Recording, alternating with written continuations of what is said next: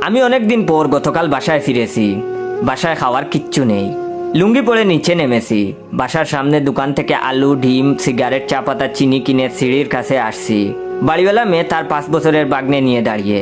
আশ্চর্য, আমার মুখ ভর্তি দাড়ির কারণে বাড়িওয়ালার মেয়ে চিনতে পারলো না। পিচ্চিটা আমার দিকে হা করে তাকিয়ে আছে। উপরে উঠছি, পিচ্চিটা আমার পিছু পিছু একতলায় এসে আবার নিচে নেমে গেল। পিচ্চিটা জুড়ে জুড়ে বলছে, খালামণি উনিকে ছেলে ধরা নাকি?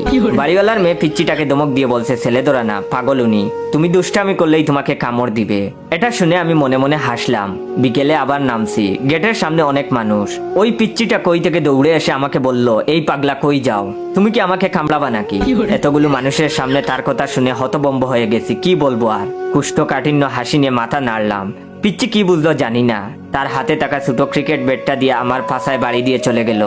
লোকজন হু হু করে হাসলো, আমিও লজ্জায় হাসলাম। আজ সারাদিনে 5 বার বাসার নিচে নেমেছি, আর এ পিচ্চির মুখোমুখি হয়ে ব্যাট হাতে দাওয়া খেয়েছি। সন্ধ্যায় আবার ব্যাট নিয়ে মারতে আসছে। আশেপাশে কেউ ছিল না, তাই পিচ্চিটারে ধরে পাছায় চিমটি দিয়ে বলছি, এই তুমি এত বেয়াদব কেন? সে তখন কান্না করতে করতে বাসায় চলে গেছে।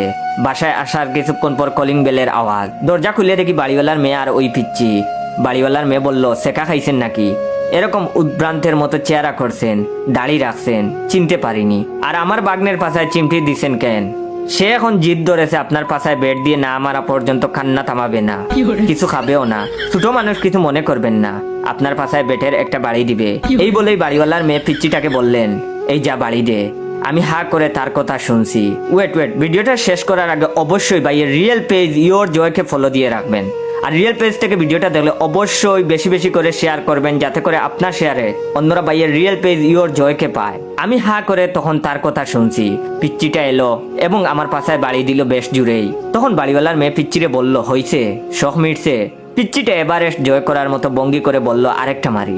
তখন বাড়িওয়ালার মেয়ে বলল, মার। পিচ্চিটা এবার আরো জুড়ে মারলো। আমার মুখ থেকে কোনো কথা বের হওয়ার আগেই ওরা চলে গেল। এখন আপনারাই বলেন, এ অপমানের বিচার আমি কার কাছে দিব?